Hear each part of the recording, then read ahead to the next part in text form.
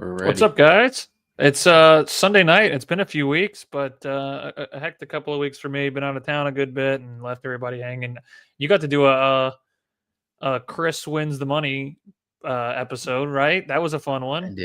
I did. Yeah, they clearly knew I didn't win any money last week when I didn't do one winning any money. But Do yeah, you want to complain about this before we go too far into coaching? Because yeah, good God, we could talk coaching for an hour. So yeah. So realistically, guys, I'm y'all know on Saturday mornings I do not do a very good job of showing y'all or talking about the late slate. I want to take a moment to complain about this where Gio Lopez got hurt in the second quarter, and I finished fifth in this tournament. So somehow I managed to put together a combination of the guy that I kept going to all season in Shalik Knotts with Malik Washington, who sadly is going to be stuck at the University of Maryland with Mike Locksley's bum tail for another year. I'm hoping he leaves and goes and finds him some new promised land. But I needed 2 points for another $400, and Gio Lopez left the game injured. I immediately am demanding that we get team quarterback as a stipulation going forward for any and all DFS contests to save me from these issues. But yeah, that was the only thing I really wanted to hit on, just because I was so tilted by that. I'll be honest. yeah, So yeah. you were pretty grumpy the other day. I was getting the frequent texts, so I get it. Yeah. I mean, I was like, okay, I'm gonna fall back because I was in like the top 10, and then King Miller started ripping long touchdowns off. Like this guy Quay Adams, apparently he just came out of nowhere, and he was the only guy sub 3K or sub 4K that I even thought was moderately okay, and he was 0.5% owned and went 5 for 65 and a touchdown. So I don't know. I hadn't even heard about him. What's up, JB? I was hot. I will say I was extremely warm. I nailed the quarterbacks and running backs on the main slate and absolutely threw a whiff burger on every wide receiver. And it cost us an insane amount that it could have been, because I was all over Kaliak Manis. The Greek rifle went haywire. It was something to behold, let me tell you. Do you even want to bother with the games from this past weekend? Anything? I didn't get to talk much about it. I expected Texas to beat Texas A&M. It happened. Yeah, that wasn't a shock. I thought Georgia looked terrible against Georgia Tech. I was surprised by how bad Alabama I thought looked in this, and they like raced ahead and then did the thing where they just like folded up like a tent for the rest of the game until the very end. Yeah, I agree with that. Miami looked great. I did expect that with Pitt. They were terrible. Pavia looked amazing. I was just extremely upset at the lack of touchdowns that he was getting. His touchdown equity, like, we got extremely unlucky with Pavia. I know he ran for $165, but we got extremely unlucky because they had 3 rushing touchdowns, 2 for one for McKylan Young and 2 for your guy who you played, Cedric Alexander. Remember, we hyped Cedric Alexander week 1 last year. He was the cheap guy in week 0 that I was on, and he's come to fruition now. I think the biggest news from the games over the weekend, I'm going to try not to complain about my Jeremiah Love Heisman future that got tanked by a guy throwing a cheap shot knee to his rib cage, and I'll just ignore that game completely and talk about the fact that SMU fumbled the bag and completely opened the door for 2 G5 teams to make the playoff. Yeah, it's I really don't even know where to go with this college football playoff setup. I do think it's the obvious place to go next. Again, we could. I know that we could talk coaching for days and a half here, and I think we will and should. But I am curious. I mean, at this point, I do feel like it's.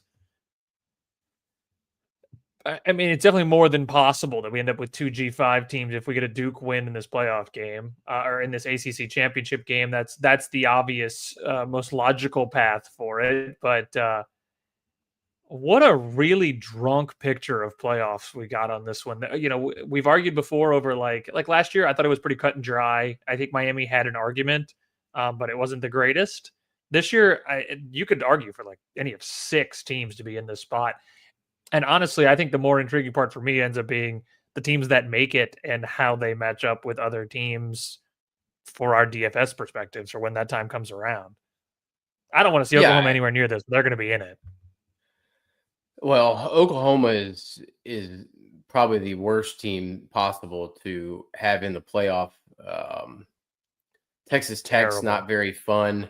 I really do want Vanderbilt in. I gotta think they jump Miami. I just don't see. I think the ACC could get left out of this thing completely. Like, does Vandy jump Miami? We were having this debate on Friday night when A&M beat Texas, lost to Texas. Could Texas get in at that point? I don't think so. I think they're behind Vandy, behind Oklahoma, because they're not in the same pod with Oklahoma mainly. But you kind of get in this situation where, like, okay, we know Ohio State and Indiana are good. Georgia's good. Oregon's good. Texas Tech's in. I don't think, I mean, that's assuming Texas Tech doesn't lose, which I don't think there's any shot in the world that they lose to BYU. So I think it takes BYU out. So you're going to end up with Texas Tech. Ole Miss is obviously locked in as long as there's not a Florida State mass type trickery going on where they end up all leaving somehow. We're going to get to it. It's wild what's going on right now. You got A&M is in. Yeah, I mean, look, Oklahoma's locked in. Just Notre quickly, Dame's we know in, just to math it, right? Ohio State in 1, Indiana in 2. I Texas A&M, which obviously 3 in the most recent rankings, lose. I still think they're obviously going to be in. So A&M 3, Georgia would be 4. You're not willing to put Texas Tech automatically in, and that's fine. We agree. Oregon is in. As long as the BYU thing, yeah. I agree. So I'm looking at the AP poll. I think the top 9 are locked. Okay, let me switch to the AP poll here. Hold on. Yeah. So I was looking at the AP poll, which leaves 3 spots. 2 of which, well, 1 of which is a G5 team. So your AP poll top 9, just for the people watching, it's your Ohio State, Indiana, Georgia, Oregon, Texas Tech, Ole Miss, Texas A&M, Oklahoma, and Notre Dame. I think based on last year's precedent, if Texas Tech loses, they should still be in. I think they should be, because they also are going to have lost to the team they already dominated. So it would depend how they look, but based on the precedent set with SMU last season, and I understand that the committee doesn't have to follow that, but I think this Texas Tech team is better than what SMU was last. So I would say yes, they're in even with a loss, unless Bayron Morton got hurt in that game. Correct. Yeah. Which is always possible because he's Bayron Morton. Because he's Bayron Morton. I've lived this. You guys might be new to the Bayron Morton experience. I am a long time listener, first time caller. We'll call it, because I've been long on that one. So in this 9, we know we need it's 5 conference champions. Well, top 5 highest ranked conference champions. So we know we will have 1 of Ohio State, Indiana. We will have 1 of Georgia or Alabama. If Alabama wins, they're in. If Georgia wins, they're in. It doesn't necessarily mean that Alabama, if they lose, is in, but if they win, they will be in. So those will be the 2 highest ranked champions. Behind that, Texas Tech, BYU is going to be in. So that would be your 3 of your spots. Yep. In the ACC, which ends up being the next team on the list because of Miami. Miami obviously isn't a conference champion. They're not in the conference championship game. That's that Virginia Duke spot we've been talking about. If Virginia wins, presumably they're in. They're currently 16 in this AP poll that we're looking at. Obviously, playoff ranking different, but presumably they would be 4 if they were to win. Yes. Okay. From there, and then the AAC champs 5. Yes, likely. 100%. Over JMU. 100%. Okay. Yeah, they're ranked ahead, and they have resume wins.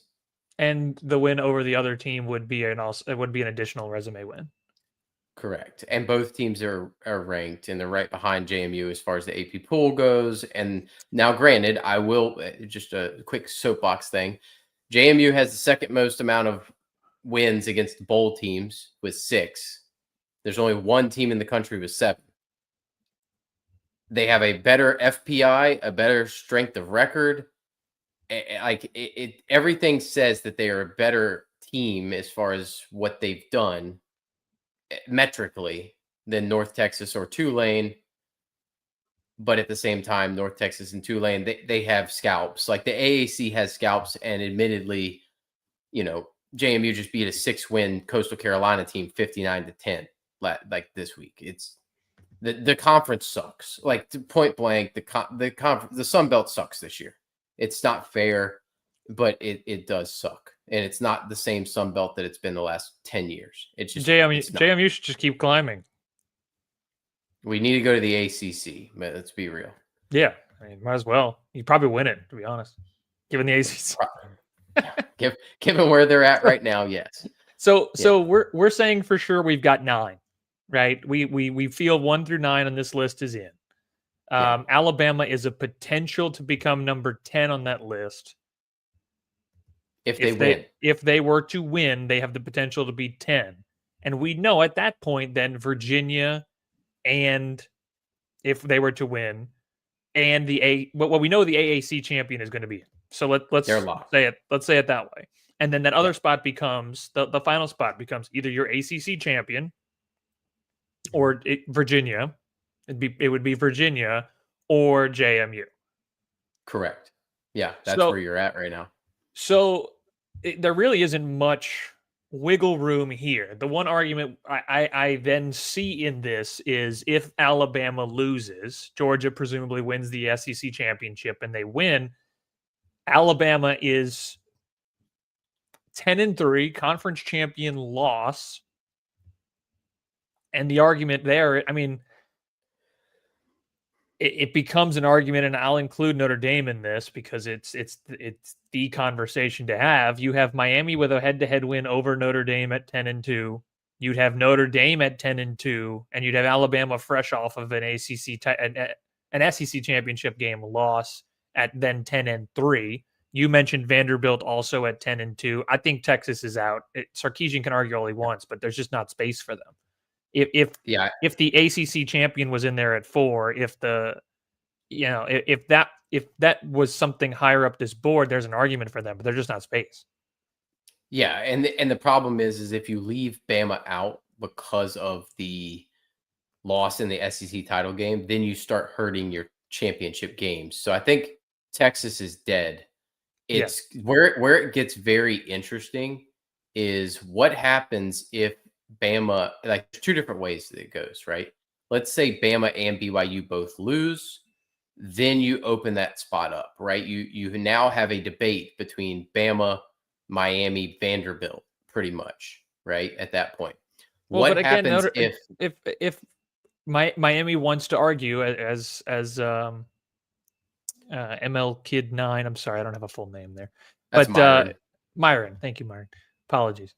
As Myron points out, Miami's arguing the as he calls them, the babies. They have a head-to-head win against Notre Dame. I understand it's week 1. I understand it's the very beginning of the season.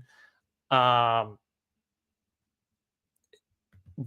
do they not earn that spot, having beaten the team that Notre Dame is just automatically, yes, they're in? I mean, I think Miami's probably better than Alabama if they played tomorrow. I would agree with that. They're more well-equipped. I think it's interesting because the committee has been able to get away with keeping Notre Dame ahead of Miami. Why? Is because they've been saying they're not in the same pod. If Bama and BYU lose, I think Miami's now in that Notre Dame pod, and it removes the obstacles that are keeping Miami from being in the pod. So then Miami probably does jump Notre Dame at that point. Now, where this other thing gets interesting is what if Alabama and BYU both win? Because now they become, let's just say now you're saying 1 through 11, but it can't be 1 through 11 in. So now that means you'd have, let's just say in that scenario, no matter what, you have to get rid of one of the teams in the top 11 and that And includes Notre Dame, it and cannot Miami be is behind it. 10 or 11. 10 or 11 are automatic. Correct. So now Notre Dame, there's one spot for essentially Oklahoma, Notre Dame, Miami, and Texas Tech. Which Texas Tech would be included, I guess, technically And at Texas that Tech point. would still be in the math we're doing, yeah. So you'd have one As spot long for Oklahoma, Notre Dame, or Miami. I mean, personally, it's Miami. Oh, I just figured out the most fun one. How about Okay. Alabama wins, BYU wins, Duke wins. Now 2 of them have to be out. 2 of the top 9 have to be removed. So Notre Dame, like, because now you have 11, basically you're saying the top 11 are the deserving teams, technically speaking, the top 12 at that point, but 2 of those spots go away. So now, and it can't be BYU. So now you're looking at Miami, Notre Dame, Oklahoma, and Texas Tech, 2 of which have to be left out at that point. I think it's Oklahoma gets left out, and I think Notre Dame gets left out. Or Yeah, I you think make the very simple decision and you just leave out Miami and Notre Dame, which is the wild decision. well, and then here's a fun one. I don't think they can possibly leave out Ole Miss, but if they have to rule somebody out, I don't think it's impossible. I don't think it's impossible that they get rid of Ole Miss even at 11-1, and it's an ideal segue. Except one thing on this, because this is Do you have breaking news? absolutely Because wild. I have breaking news right now. Oh, really? We got more Uh, breaking news. yeah, I'd Kentucky have to just check. is per Chris Lowe, Pete Nakos, and On Three Sports. Plus, from Pete Thamel, Kentucky is expected to fire Coach Mark Stoops as of Well, that 2 minutes ago. is Another well. That opening in was. the SEC. I will tell you that was a year late for what they needed, because they could currently have the Florida coach as their head coach if they had done it 1 year earlier. But anyway, one second on that though. So thinking about this, how does, like, is it physically feasibly possible that the Mark Stoops almost got that ACC A&M job. That's hilarious. that is the funny part too. Mark Stoops, man. Is it He had feasibly it in he had possible? it in the bag, and the fans revolted and got him taken off. Like, just pulled him. Oh, go ahead. Whatever. Let's go where you were. Is it possible that the ACC could offer enough money to Duke to say, "Hey, we want Miami in this game"? Can they physically do that and just manipulate this to say, "We want Duke. Well, Duke. here's the We deal. appreciate what you've done. We're going to give you $10 million to put Miami in this thing." They should. To be fair, they should.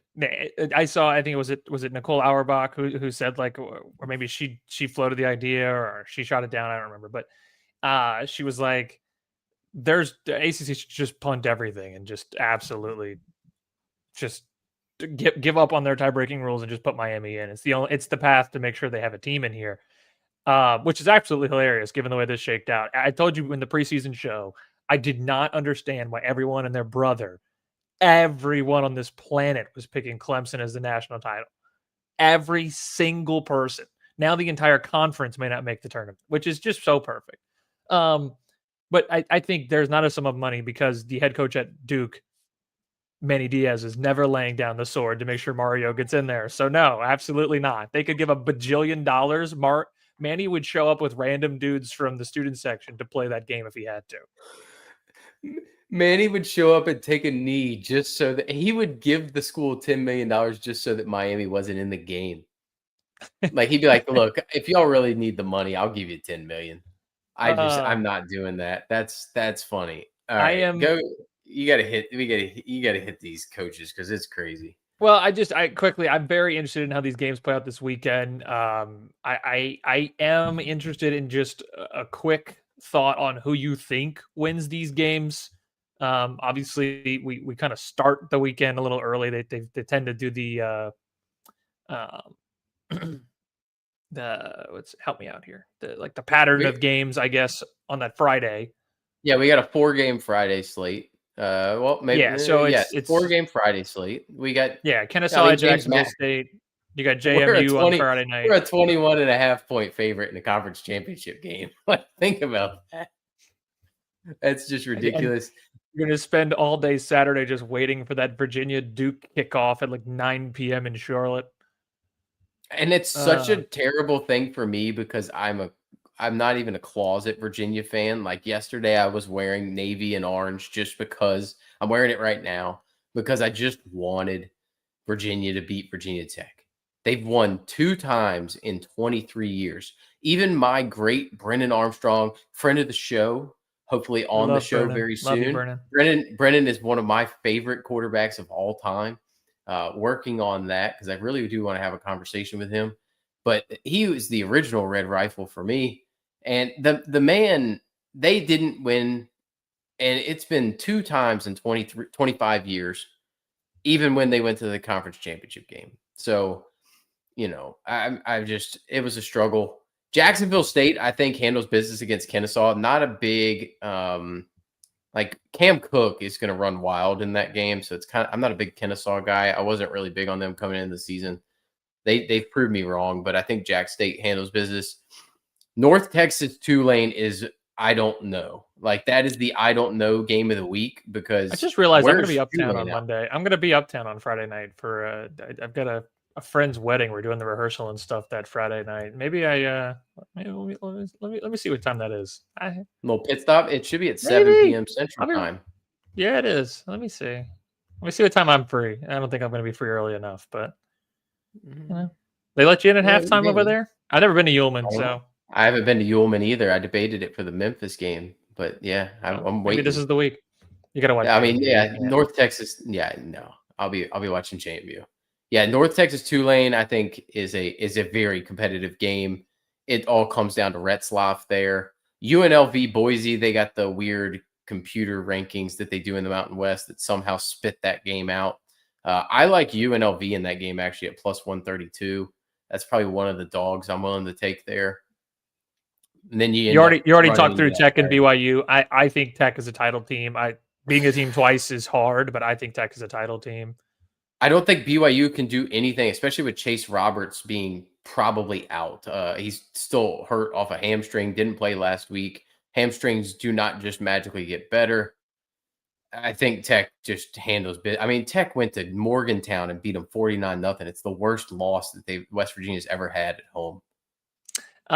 So obviously we just talked about at the beginning, Georgia and Alabama. We both said Georgia and Alabama both looked mediocre at best. Georgia's a 2.5 point favorite. I thought Georgia was playing the best ball they had been all season going into that game and then looked like garbage. And then Alabama, I just I don't really think they're very good. They can't run the ball too well. Every play against Auburn last night, it looked like they were going to gain 15 yards and then they got like 3. Alabama can't run the football. That's their biggest problem. So if Well, you're yeah, just when they would relying run on the Ty ball, I'm like, man, Simpson, look at this push, and then like they'd yeah. get tackled after like 3 yards. I'm like, this is insane. Yeah. Yeah, they don't do much. I did put together a little plus, I think it was plus 250 parlay coming in earlier today. It's moved down now, so you can't get it at the same price. But I took JMU money line, Texas Tech money line, Georgia money line, and Ohio State money line, and it was like plus 250.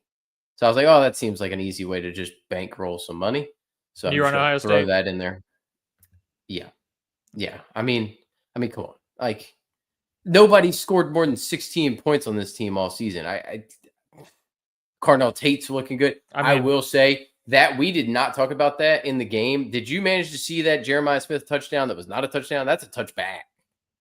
I think they missed that call so badly. Michigan's winning the game at that point. Jeremiah Smith runs in. Oh my God. What a catch. Traylon Burks just relived his Arkansas glory days and he mossed Whoop pig. Moss. Woo Pig Suey. We'll get to them in a minute too, because they made probably the worst coaching hire that we're going to see all season. But yeah, I mean, Gotta hire somebody. Jeremiah Smith runs off the edge and goes to switch hands and bobbles it, and then regains control with his right foot out of bounds in the end zone. So like, he's out of bounds. I mean, that was a touchback.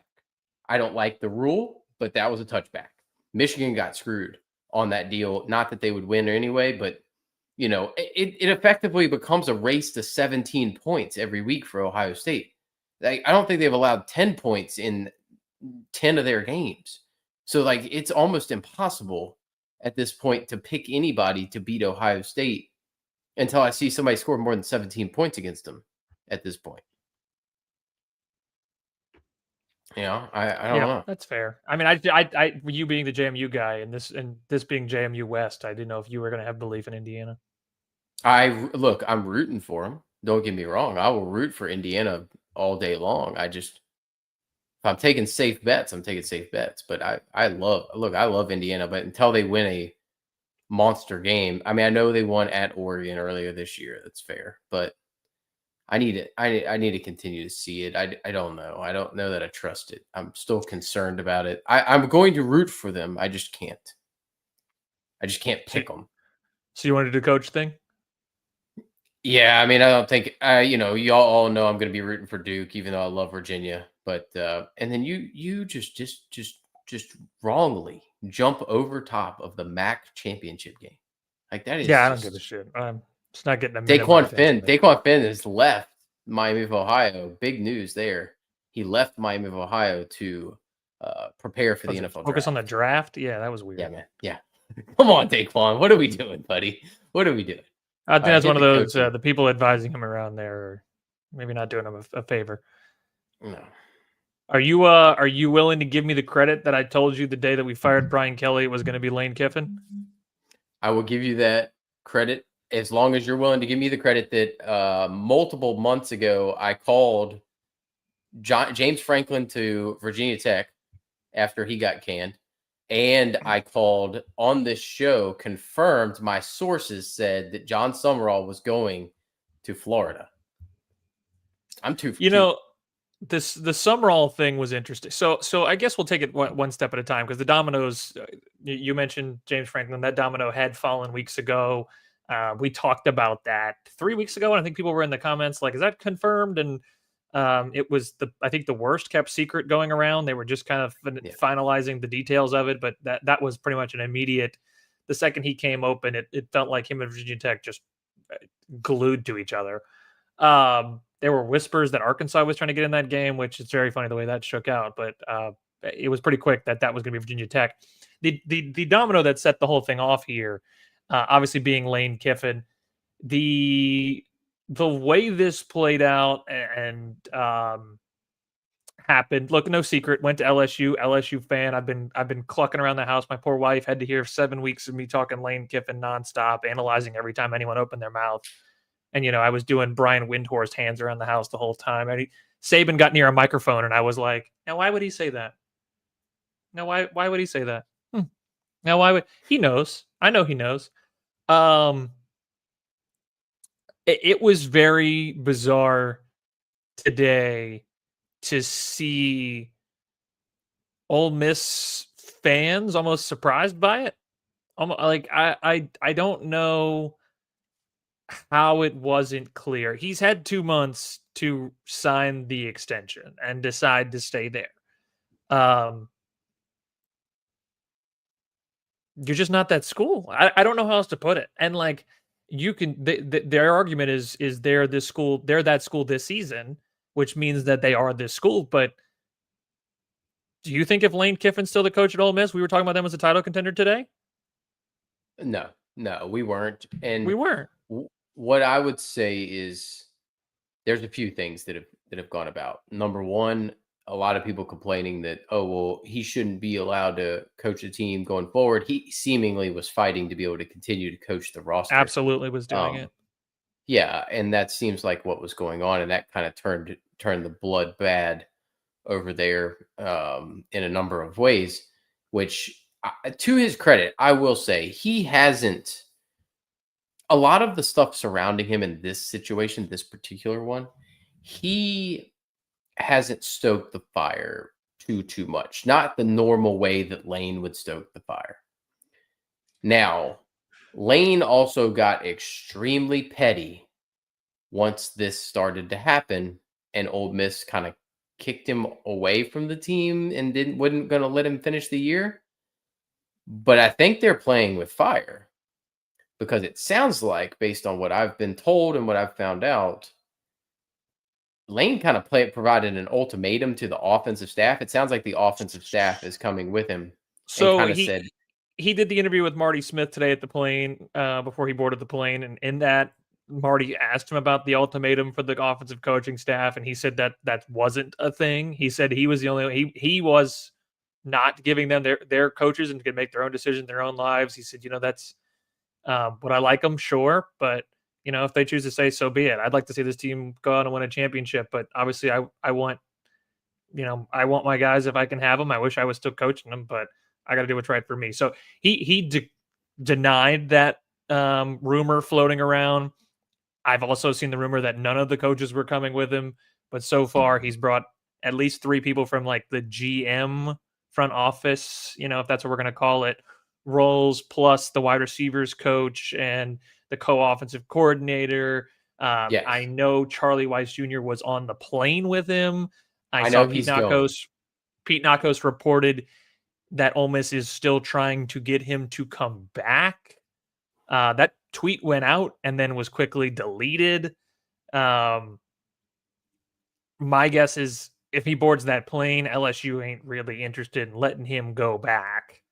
No. I am assuming they are going to just funnel all the money there. I did see that he apparently has like $1 million buyout to get out of his contract from Ole Miss, but he's been removed from the website. Kiffin's been removed from the website. Golding's updated as the head coach there. What it seems like at this point, LSU's plan is Lane plus the offensive coaching staff minus Joe Judge at Oh, LSU. darn. Like, oh, Right. darn. You didn't get Joe Judge, the failed Giants coach, the failed special teams coach. Whoop-de freaking do. Well, he's the QB coach who saved whatever. Whoa. So it seems like it's the offensive staff from Ole Miss coming to LSU. The goal keeping the defensive staff of Blake Baker, Corey Raymond, the DB coach. No, you're saying no. Baker's going to Florida. Baker's going with Summerall. Okay, we'll see. That's where I've heard. I've heard Baker's going to go to Summerall or go to Florida with Summerall. That's what I've heard. Interesting. All right. I've seen the most thing I've seen in terms of Baker leaving is Baker going to Tulane to be the head coach. No, I've heard he's going with Summerall to Florida. All right, we'll see. That's kind of the rumor. I don't see a scenario where Lane is letting guys like Corey Raymond leave the building. I don't see where he's letting guys like my guess is Ed Ogeron's on this staff by the end of the week. There was that Matt Zinitz report about 2 or 3 weeks ago that if and when Lane is hired at LSU, Ed Ogeron is willing to return and LSU is willing to have him. I'd be stunned if he's not on the staff. I'd be stunned if he's not the defensive line coach. Yeah, I think so. I mean, he's going to recruit. Like he's going to help them in recruiting. But yeah, that's so. My source said that Florida's was 100% bringing in Summerall. He said that they're poaching Blake Baker, and they are going to get an offensive coordinator from another SEC offense that's rather explosive. That's what I've heard. I mean, I didn't Colin get specifics on that one. I mean, I don't know. well, I just heard they were getting an offensive coordinator from a if high you end. talk to the Florida sources, Florida had Kiffin in the bag for 2.5 weeks, despite having absolutely no noise at all. So yeah, but fair. 3 weeks ago I said that it was going to be Summerall. That's fair. I've been hot. I've been hot on the Florida stuff. I don't know. You have. Well, you've been hot on the Summerall stuff, I think. But yeah. The other dominoes to fall, you've mentioned Summerall. I think it ends up being a good hire for Florida. Their fans. It was very funny to see Auburn's fans distraught about losing Summerall as Florida fans attempted a change.org or whatever petition to not hire Summerall. One fan base is like, how did we fumble this bag so badly? As the other is like, oh my God, get this man away from us. Beat him over the head. Please go find Lincoln Riley somewhere on the phone. Don't understand that one. I think Summerall's a fine hire. I think he's a good coach. He's won where he's been. I've seen some Tulane fans upset that he kind of lucked his way into Retzlaff this season. That kind of helped them save what might have been a less than great year. But I mean, that's kind of part of coaching at an AAC school. Sometimes you gotta kind of get lucky. I was kind of hoping I think Summerall had his pick. Similarly, like Arkansas, we'll get to, but they had their shot at a bunch of people. Like they fired their cannons at Franklin. They fired their cannons at Morris before he went to Oklahoma State. Funnily, did you know that Eric Morris, before taking that job at Oklahoma State, it's a perfect transition for them. Did you know that he played is and had 2 catches in the "I'm a man, I'm 40" game for Mike Gundy? I He did played in not. that game. Yeah, he Wow. played in the game and was one of the wide receivers in that game. So that was a fun fact that I got out of that one. But yeah, so that's my thing is like Arkansas has been firing shots. I think Summerall had a choice, and they laid out you either go to Auburn or you go to Florida. If I'm making that decision, given the relative context of the actual rosters and given the resources around the program, we were having this debate over the weekend too, because I was having this conversation with a couple people. I think I would take my heart would say I want the Florida job, but I think I would take the Auburn job if I'm Summerall because he coached so well at Troy, knows the recruiting footprint in that specific state itself, knows they have resources. That roster is built to win right now. And he has such a relationship with Darian Mensah. Could he just leverage all the money that Auburn says they have and go buy Darian Mensah and bring him in and plug him in with Cam Coleman and Malcolm Simmons and all of these weapons and this amazing defense that they have? Could you plug that in and make that work? I think the instant winner spot is that one. Now, granted, I think Auburn did pivot because I think their first choice was Summerall, and they Yeah, for didn't get sure. it.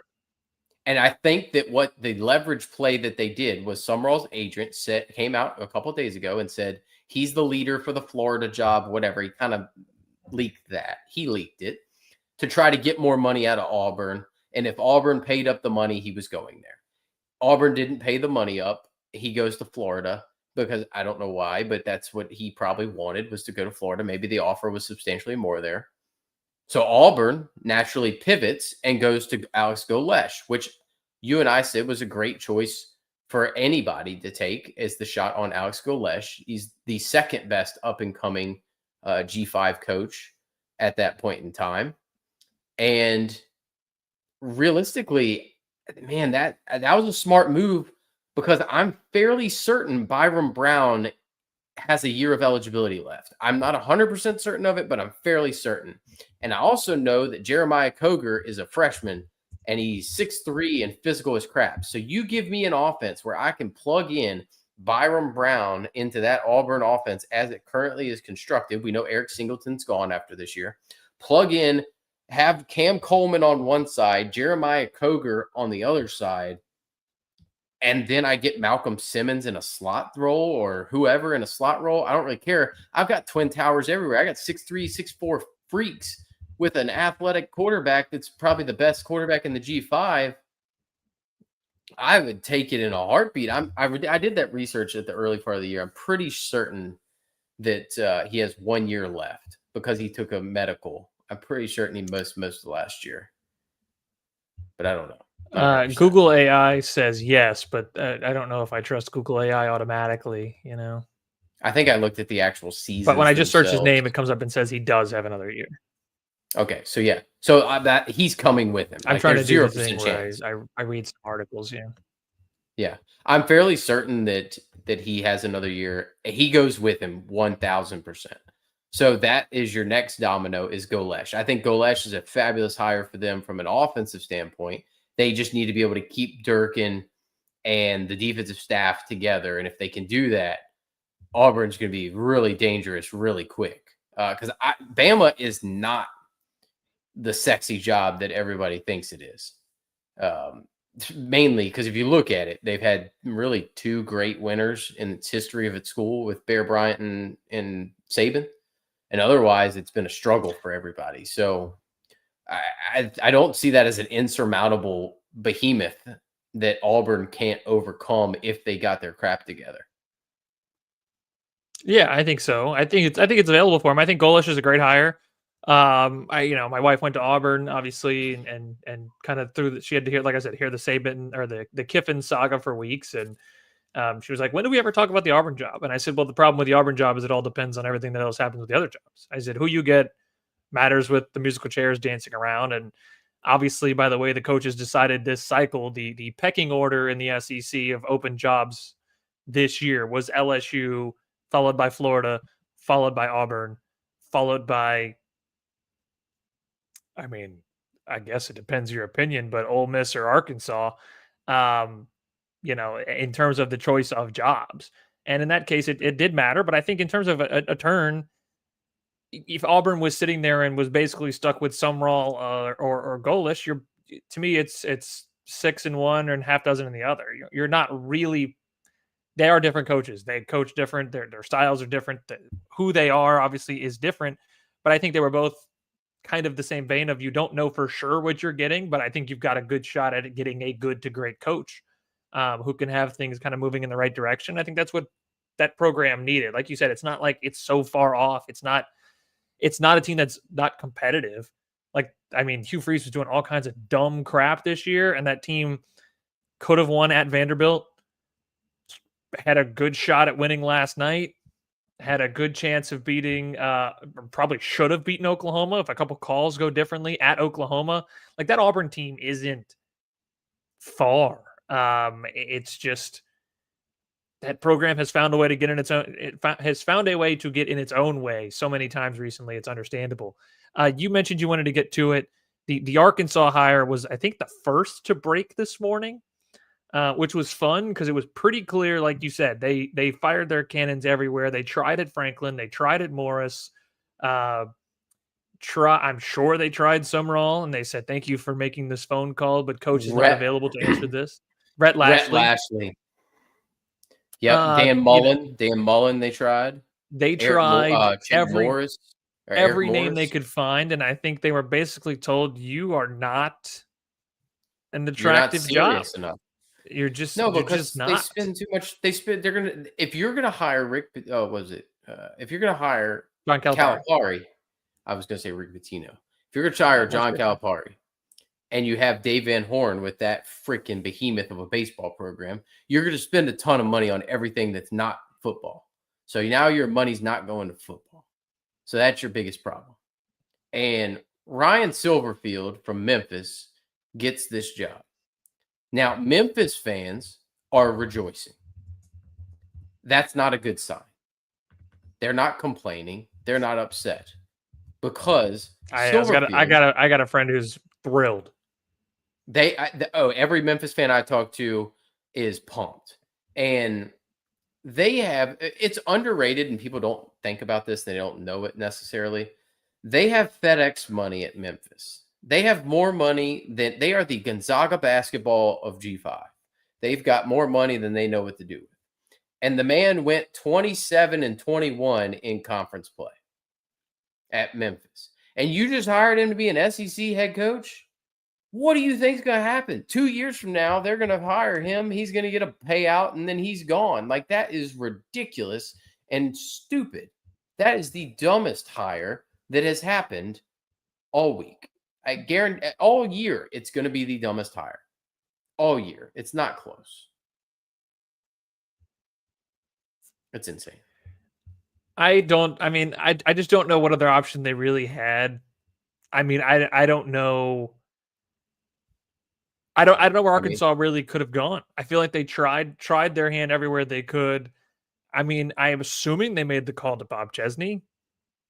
That was where I was going to say, did they call him? But here's what I'm hearing. So if we're going to pivot to Bob, I've heard that Bob is getting calls and fielding them from. I've heard UCLA has reached out. I think he's an idiot if he takes UCLA. I don't think he takes that job. I think that's stupid. I think he knows that he's got this thing humming. Barnett's got another year. They'll just run this thing back for another year. It's no problem. And if you can get the Indiana job from that school, you can get a better job. Now, the other thing I've heard is that Penn State might have reached out. And if Penn State has reached out, I take that job in a heartbeat because he's not doing any better than that, ever. Nobody's ever going to do better than that. Well, I think it's an obvious pivot at this point. Yes, Chesney's been connected for weeks to UCLA. Weeks. It obviously isn't formalized. I assume that may have part to do because they still have games to play. Uh, I don't know. The question I am curious, as you mentioned with Penn State, is what have they been doing? What are they doing? What was the plan? Because obviously they fired James Yeah. Franklin quick. I mean, that was quick.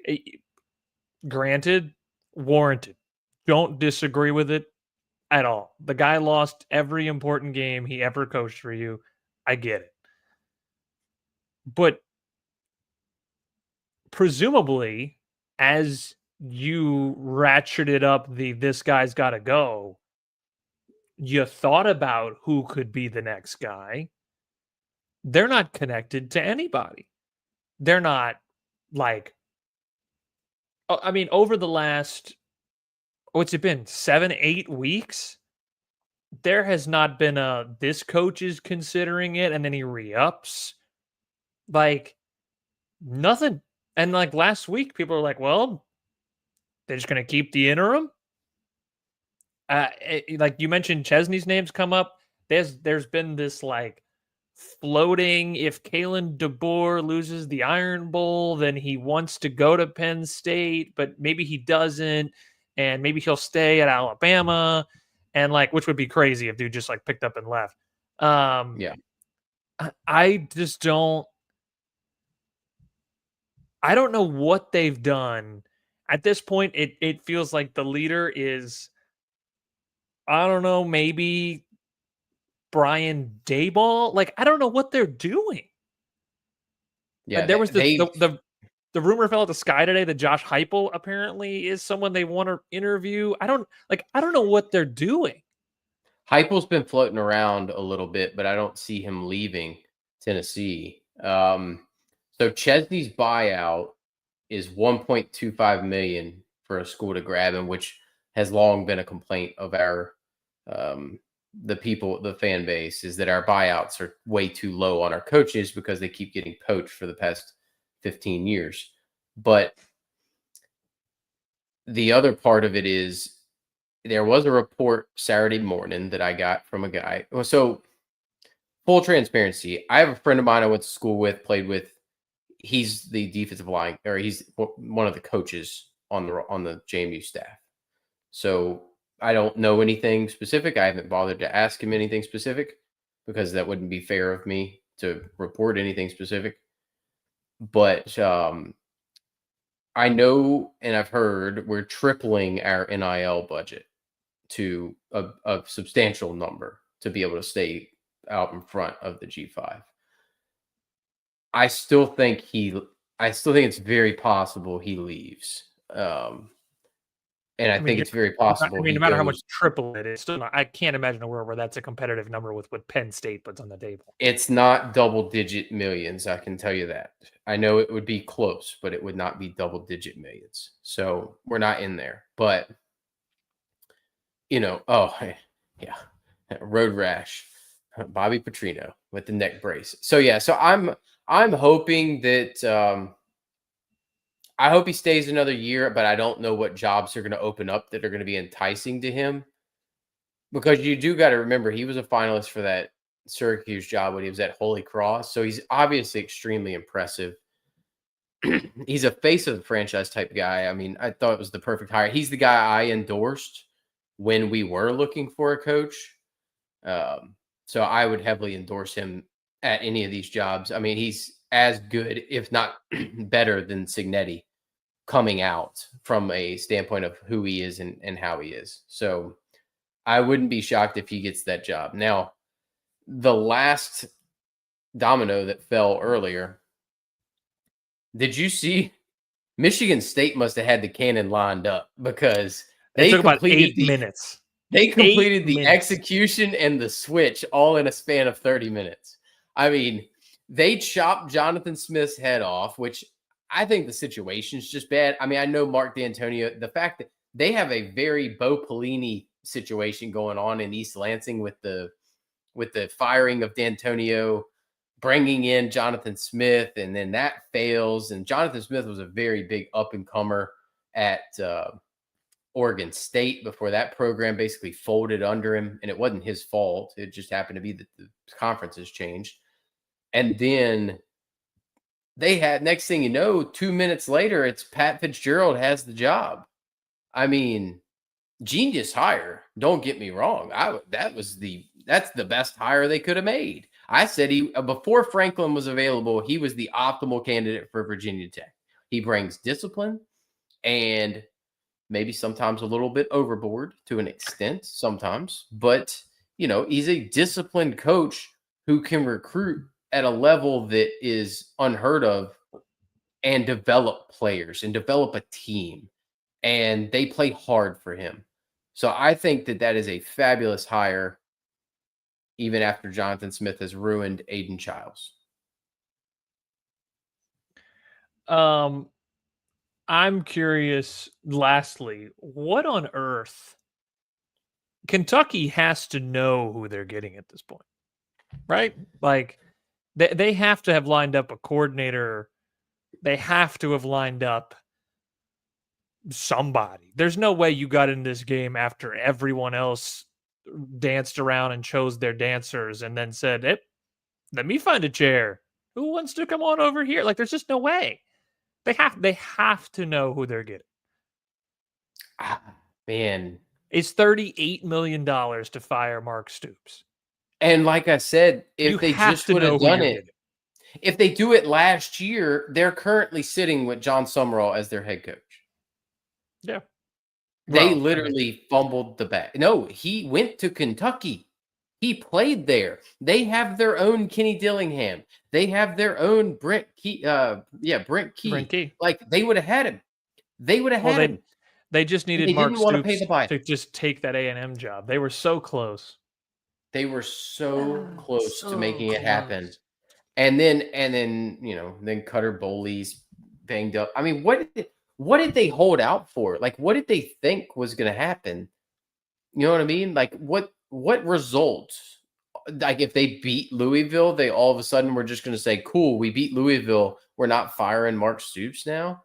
Like, what world was that the case? I don't think that was ever the case. I don't know, man. They could have tried to pull the heartstrings on Summerall and gotten in there, and now they've made a move after their guy has gone. And I don't know that there's anybody in the G5. Like, who in the G5 in their right mind takes that job? I don't see Chesney taking that. That's not good enough of a job for him. So I don't see that. So now what are you looking for? That's why I think I think they've got a coordinator from somewhere. Like, that's why I assume that there's a QB coach, a co-DC. Like, there's got to be somebody that they know is coming. Like, that's the only thing that makes sense. Does Glenn Schumann take any of these jobs from Georgia? I mean, I guess. I mean, look. Maybe Penn State. Like, that could be a Penn State target, is like a Glenn Schumann. Or the OC at Miami. I could see that being a target. I don't think anybody. Maybe if I'm UCLA, I back the Brinks truck up for Will Stein at Oregon and just say, buddy, you take whatever you want, because that's your best option. I don't think UCLA has any other card to play at this point, because otherwise they're not pulling anything. There's just nothing out that way. Like, there's nobody to pull. I still think Matt Campbell is probably the best, one of the, if not the best head coaching choice for a Penn State. If they could pull that off, then you're able to pull kind of whatever you want. I'm still a Matt Campbell believer, but man, it's getting really hairy. Like, those lower tier SEC jobs are kind of like, and the lower tier Big Ten jobs are kind of, I would hate to say it, they're money grabs. They're like, hey, I'm going to get money, make my family financially secure, and then I'm going to have to restart my journey again. Well, that's kind of what they are. You can, I mean, Clark Lee's had success. You can be, Kurt Cignetti, obviously, but you better be damn good, and you better be coming with. I mean, obviously, Cignetti's approach was basically just uprooting JMU and bringing it to Indiana, which helped. And then Clark Lee's approach was to take a damn near 30-year-old quarterback and have him run the new version of the triple option. But I mean, it worked. It's the problem is I don't know how sustainable any of it is. And yeah, it Well, becomes a hard sell when you look at someone like Arkansas. If you look at someone like these other jobs, I don't know what it is you're supposed to handle. Like I don't know when you take that job what your expectation can be. And I think with the one team we haven't touched on, I guess in this that did make a hire today is Ole Miss hiring their defensive coordinator Pete Golding to be the head coach there. Um, I mean, I think it's probably the only thing they could do. They have a potential college football playoff game here in a couple of weeks.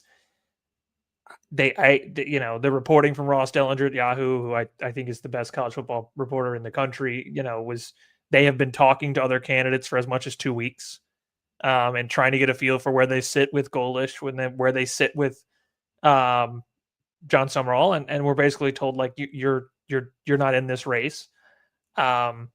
I think it's the only chance they have is to try and sustain what they currently have is the best they've ever had. But um, I don't know. I don't know why. Like what does Mississippi State ever bring to the table that the other schools don't? I don't know. I would argue that Jeff Lebby is a better coach than Golding will be. Golding, that move screams of Matt Luke. It screams of Matt Luke. It screams of this is what we have already, and we're just going to settle for it. The problem you're going to run into in this situation, and it was the problem that I've had with everybody saying, why would Lane leave a playoff team, circling back to that, for a non-playoff team? And it's kind of what Signetti did. But he can just basically pick up any piece he likes on that roster and just drop it in. He makes one phone call to Todd Graves, and Todd Graves ends up and he's going to go buy that player and he's going to drop it into that roster. So if Austin Simmons wants to go with Lane Kiffin, then Austin Simmons is going with Lane Kiffin. The weakness of that entire Ole Miss roster is literally the defense. It's the weakness. The offense is the key, the skeleton key.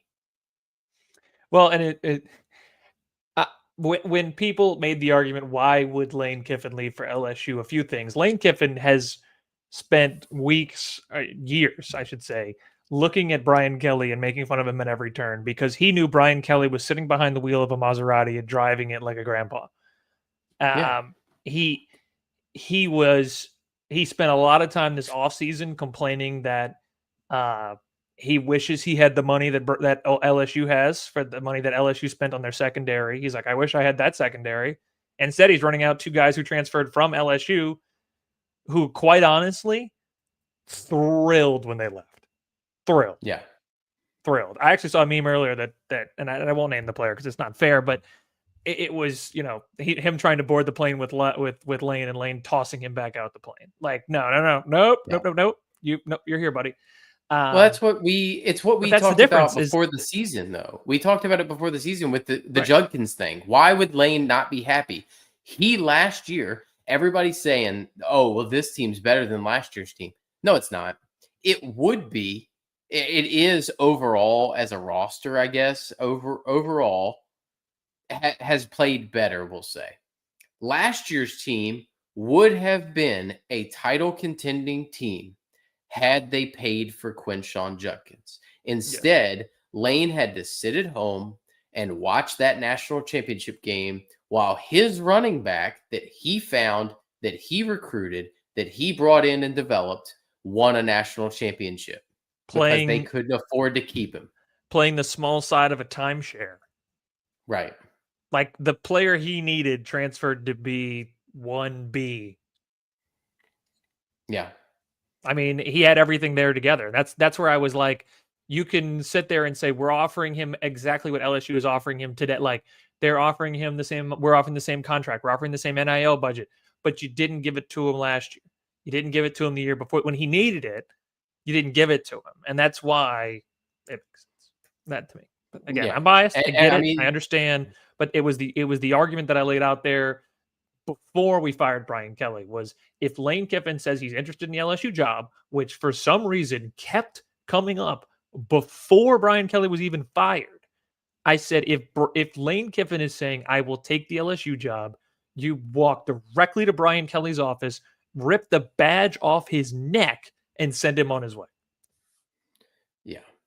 And it shows you the difference in these rosters. I mean, the fact is LSU is a team that has won 3 national championships with 3 different coaches, and there's very few people that can say that. In the last 22 years. I mean, Yeah. 4 overall, but 3 in the last 20 years. I mean, Ole Miss has never played an SEC title game. They haven't Yeah. won the conference since Vietnam. Like, Well, and the difference between like once I knew Saban, what he was calling Saban, it was already over. Like that was Saban and Verge are close too as well. Verge is the athletic director at LSU. correct. And Saban also never says a bad thing about LSU. He's the one guy who will defend them and says that it's the best place to recruit from in the country. He left, and he left for certain reasons and He to left to go to the Miami. NFL. But Yeah. it's a very Michael Jordan went to play baseball type deal. But that it's just Well, the story Skip Bertman tells is and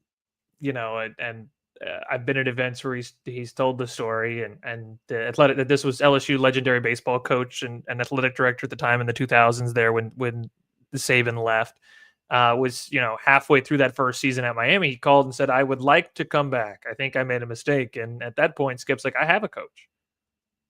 Like and I understand the vitriol and everything that led to with LSU, Nick Saban for 15 years when he made the return to Ole Miss or to Alabama and then went from there and became the greatest coach of college football history. But yeah, to your point, I mean, he's always defended LSU, even when we were rivals. He was always like, "Oh, that's a school we got to worry about." yeah. He made it a rivalry because who he was, where he came from, and the respect that he still had for the program. It's just, if he was never at Alabama, the fact that he knew how to recruit Louisiana, if he had never been at LSU, it wouldn't have. No, It would have made it easier. You know what I mean? Because, yeah. well, I mean, but he was able to recruit, and like if he's not there, they don't pull all that talent from Louisiana, which was the biggest problem. His big story is you shake a tree and you find a 5-star, and it's just and every single school that you see in the state championship game has either purple and gold uniforms or tigers in their name, and they're all groomed to go there. We discount that Mississippi State and Ole Miss, the recruiting profile is not much different, and the capability to out recruit the other is not very wide of a gap by comparison.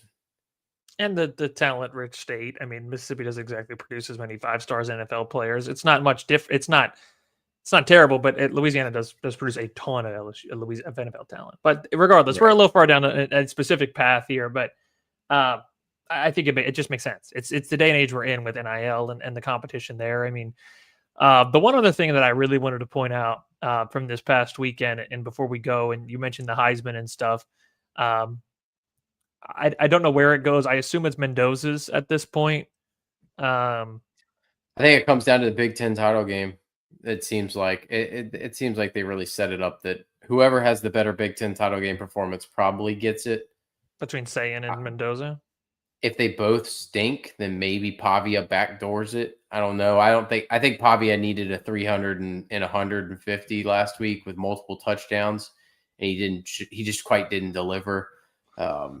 If should have been Love Jeremiah didn't Loves. get hurt, he would have had 200 yards and 3 touchdowns in that game, and he would have locked it up right there.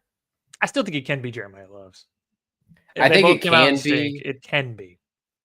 I think it can be. The problem is the voting for this typically ends up regional. Yeah, but they're all in one region. That's right. So I don't know. Notre Dame's a national brand, though. Maybe it's possible. That's the only thing you have to hang your hat on is it's a national brand. It's a real ugly year when nobody separated themselves. Honestly, given watching that Miami game on Saturday, I was like, man, this Malachi Tony guy is a God, baller. he's Jesus. so good. He's so good. And it was so tilting watching them just feed him over and over and over again. Every play was just he'll throw it, he'll run it, he'll catch it. Just give him the He's ball. Just he's give him the Booby ball. Miles. Yeah. He's Booby Miles, man. I love Malachi Tony. That's gonna be a fun guy to watch for years to come. I mean, we got a lot of guys. The transfer portals could be even crazier than the because we got a lot of really talented players, specifically wide receivers and it's like skill players even that are on teams that aren't very good. You know, you look at Nick Marsh, you look at Cam Coleman could be on the move. Uh, My I just prayer want to is see who Cam enters. Coleman. Dear God, If I Cam Coleman, please. yeah, but I hope he goes to Michigan.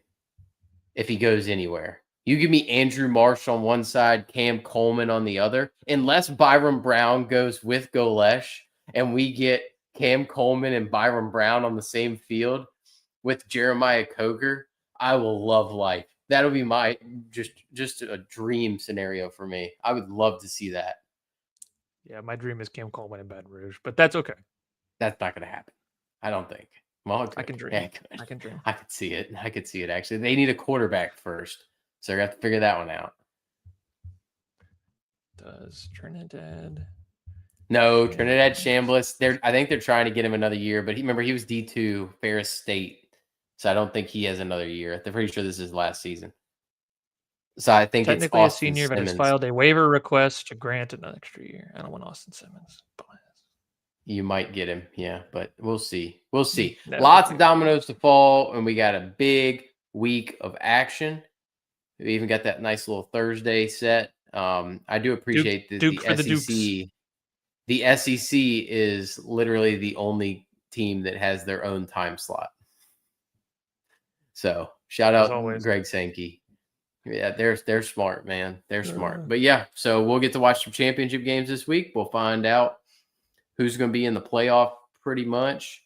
And then we'll get Army Navy and then follow it up with a bunch of bowl games and start the playoffs and see who's sitting out their finales. There's not a lot of high-end draft pick talent. So hopefully not a lot of people are sitting out. Maybe we get more people playing because a lot of these quarterbacks are trash. I don't even know who the number one quarterback in this draft is. It was supposed to be Ty Simpson, but he ain't looking like it. Maybe it's Mendoza. I guess Mendoza is. It's Mendoza. But I mean, you like Sayan's got another year. Dude, Ohio State's a juggernaut, man. They got a freshman running back, a sophomore quarterback, and a sophomore wide receiver that are the best three in the country. Or some of the best. By the way, did you see my boy Jaden Ball last weekend? Woo, doggy. 250. I love me some Jaden Ball. Hey, that's the guy you need. You need him to transfer. Or Keywan Lacey needs to come to Baton Rouge. That's what they need. They need Jaden Ball or Keywan Lacey. One or the other. Contribute to either one. They got eligibility left because Ball is a sophomore. Lacey is also a sophomore. He was a true freshman at Missouri last year before Ahmad Hardy went there, and he went to Ole Miss. And Ahmad Hardy's a sophomore as well, all of which will be getting big, big pay raises very quickly. So, yeah, we'll have content all week, brother. And we'll see what goes down, man. Now I'll get ready and one more final fun, fuller DFS slate, I guess. But the bowl ones are always weird too. So I love the bowl ones, but they're impossible to break down. They're my favorite because I've got more news and notes than most people, but they can still be very tilting when you're sitting there on Christmas Eve sweating who's starting a quarterback for San Jose State. You know what I mean? It's just kind of how it is, man. But we love it.